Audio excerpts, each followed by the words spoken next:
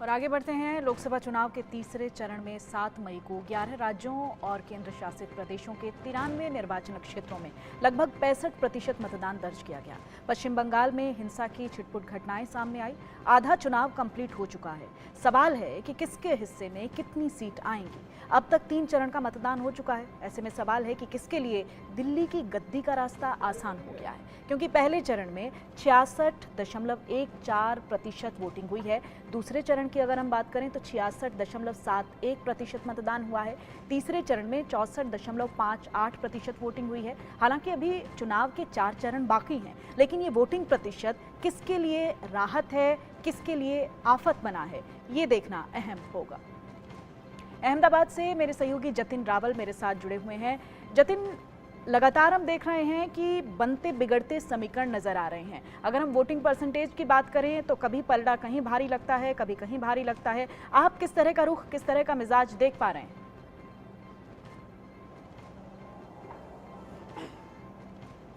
जी देखिए, बिल्कुल आपको बता दूं, जिस तरह से कल जिस तरह से जो वोटिंग हुई है, हालांकि गर्मी ने भी इसमें बहुत सारा अपना असर दिखाया, क्योंकि कल जो गर्मी की बात करें, बहुत सारे इलाकों में गर्मी 43 डिग्री से अबव थी, तो यानी कि गर्मी ने भी कहीं ना कहीं असर दिखाया। लेकिन सबसे ज्यादा जो मतदान हुआ वो सुबह में हुआ 11 बजे से पहले, और शाम को 4 से 6 बजे के बीच में जो मतदान हुआ। लेकिन अब जो कुल मिलाकर जो मतदान गुजरात के अंदर जो हुआ है वो 59.51% है, यानी 60% आसपास जो मतदान है वो गुजरात में पाया गया है, कि जो कि पिछली बार से भी थोड़ा जो है वो कम है। हालांकि इस बार बहुत सारे फैक्टर है जिनको लेकर भी हो सकता है कि मतदान में कुछ कटौती हुई हो, क्योंकि जिस तरह से मैंने कल देखा था, एक तो जिस तरह मैंने बताया कि गर्मी ने कहा कई असर अपना दिखाया, तो बहुत सारी जगहों पर ऐसा भी था कि जो लोग मतदार यादी जो मतदान करने के लिए पहुंच रहे थे, उनका नाम मतदार यादी में नहीं था। ऐसी बहुत सारी जगहों पर ऐसा बूथ के ऊपर पाया गया। तीसरा ये था कि एक तरफ आपको भी पता है, यहाँ पे क्षत्रियों का जो विवाद है वो यहाँ पर चल रहा है, तो एक ये था। साथ ही साथ अलग अलग कुछ जो इलाके हैं जहाँ पर जो मतदान हुए वो काफी हैरान करने वाले, क्योंकि भरूच में एक तरफ मतदान हुआ, 68% मतदान। सबसे ज्यादा गुजरात की मतदान की बात करें तो वलसाड़ में हुआ है, 72% जो मतदान है वो वलसाड़ में पाया गया है, जहां पर भी भारतीय जनता पार्टी जो है वो उस सीट को लेकर चिंतित है। दूसरा जो है वो भरूच है, भरूच को लेकर भी भाजपा जो है वो चिंतित है, क्योंकि भरूच में चैतर वसावा खड़े हैं, जो कि आम आदमी पार्टी की तरफ से खड़े हैं, और कांग्रेस और आम आदमी पार्टी का जो गठबंधन है उसकी तरफ से वो चैतर वसावा खड़े। वहां पर 68% मतदान हुआ है, तो 68% मतदान बनासकांठा में भी हुआ है, जहां पर भी भाजपा को जो है वो सीट को लेकर चिंतित है, जहां पर से भाजपा से जो कांग्रेस की तरफ से ज्ञानीबेन है और भाजपा की तरफ से रेखाबेन है। लेकिन जिस तरह से जो मतदान वहां पर हुआ है और जो रैलियां निकल रही थी, लोगों का जो समर्थन मिल रहा था उसको लेकर जो ज्ञानीबेन को लेकर जो भारतीय जनता पार्टी जो है वो शायद कहीं चिंतित लग रही है। तो साथ ही साथ साबरकांठा में भी जिस तरह से जो वोटिंग हुआ है उसको लेकर भी भाजपा के में चिंता है, यानी कि 3 या 4 सीटों को लेकर भाजपा जो है वो अभी चिंतित है। कांग्रेस और आम आदमी पार्टी को शायद 2 या 3 सीट जो है वो मिल सकती है यहाँ पर, ऐसी जो परिस्थिति जो है वो अभी दिखाई दे रही है। जी जतिन, सबसे ज़्यादा इम्पॉर्टेंट ये हो जाता है कि वोटर्स के मन में क्या है। आप वहाँ पर लगातार लोगों से बातचीत कर रहे हैं, हम देख रहे हैं कि ग्रामीण इलाकों में और जो अर्बन एरियाज़ हैं वहाँ पर एक मुद्दों में हम देख रहे हैं कि डिफरेंस तो नज़र आता है।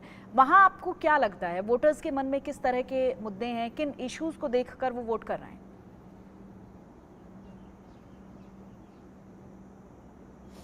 जी देखिए, बिल्कुल जो अगर ग्रामीण जो एरिया है वहां पर अगर बात करें ग्रामीण विस्तार में, तो वहां पर जो लोग हैं उन लोगों का कहना है कि विकास जो है वो हो रहा है और वो उससे जो है वो सेटिस्फाइड है। लेकिन कुछ इलाके ऐसे भी है ग्रामीण के जहां पर अभी तक विकास नहीं पहुंचा। पानी के नल जो है वो पहुंच गए, लेकिन पानी नहीं पहुंचा, यानी कि जल से नल जो योजना है उसको लेकर भी काफी सारे सवाल उठाए जा रहे हैं। हालांकि ये सारे जो अर्बन जो ट्राइबल एरिया है वहां पर ये ज्यादा ये सिचुएशन है, जहां पर कांग्रेस की सीटें जो है वो अब तक, हालांकि लोकसभा की तो सभी जगह पर पिछले 2014 और 19 में भी सभी सीटें जो है वो भाजपा को ही मिली थी।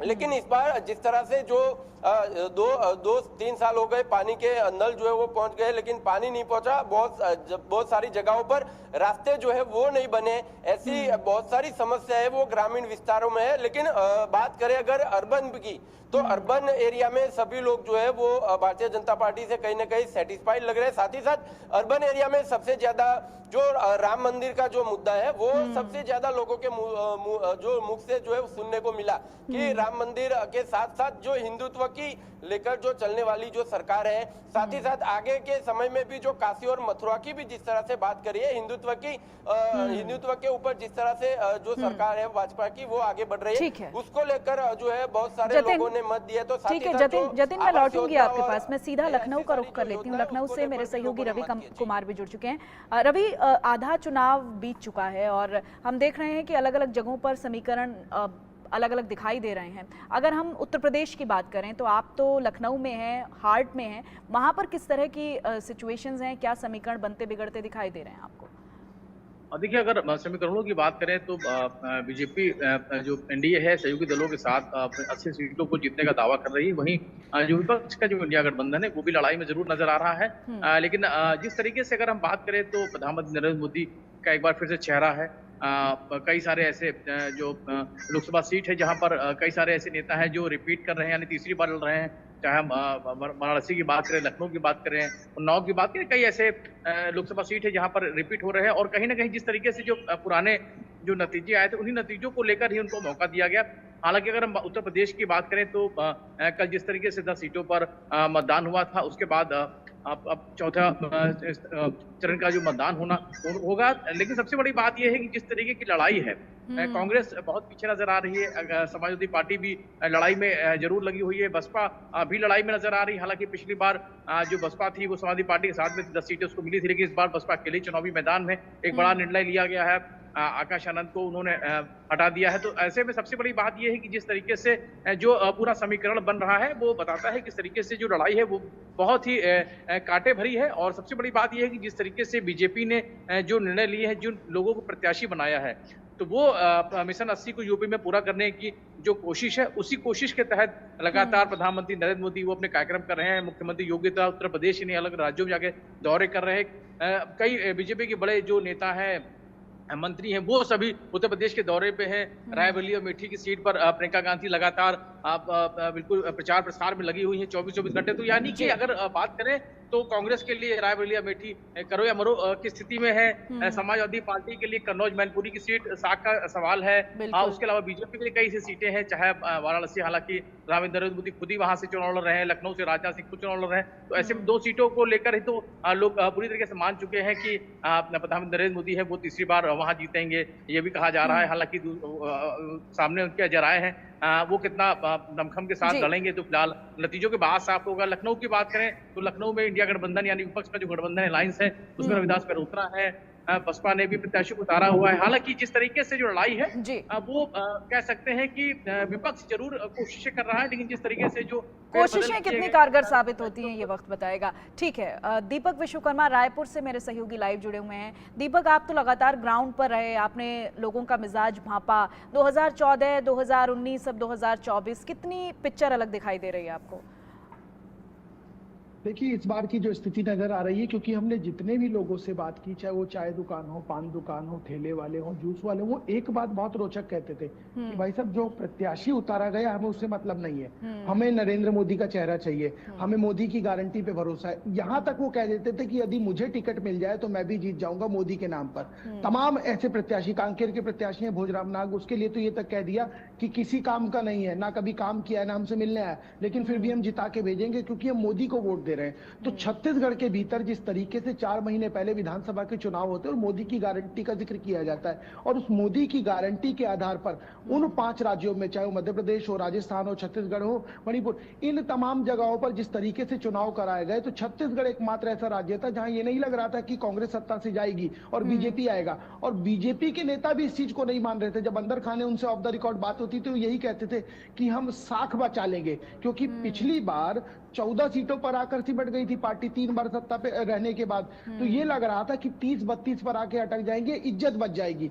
लेकिन ऐसा नहीं हुआ। 54 सीटें 3 बार डॉक्टर रमन सिंह मुख्यमंत्री रहे, तीनों बार इतनी सीटें कभी नहीं मिली 90 में से। 54 सीटें मोदी की गारंटी के आधार पर यदि भारतीय जनता पार्टी जीती है तो इस पूरे चुनाव में, तीनों चरणों के चुनाव में मैंने तमाम जगह दौरा किया, चाहे वो कोरबा हो, चाहे वो बस्तर हो, चाहे कांकेर हो, चाहे रायगढ़ हो, इन तमाम जगहों पर पांचों संभाग में मोदी की गारंटी का जिक्र था, मोदी के चेहरे का जिक्र था। और जो प्रत्याशी लड़ भी रहे थे, जब उनसे भी बात की जाती तो यही कहते थे कि ठीक है हमने दीपक, मोदी की गारंटी। आप नजर बनाए रखिएगा। सीधे उत्तर प्रदेश के एटा लिए चलते हैं अपने दर्शकों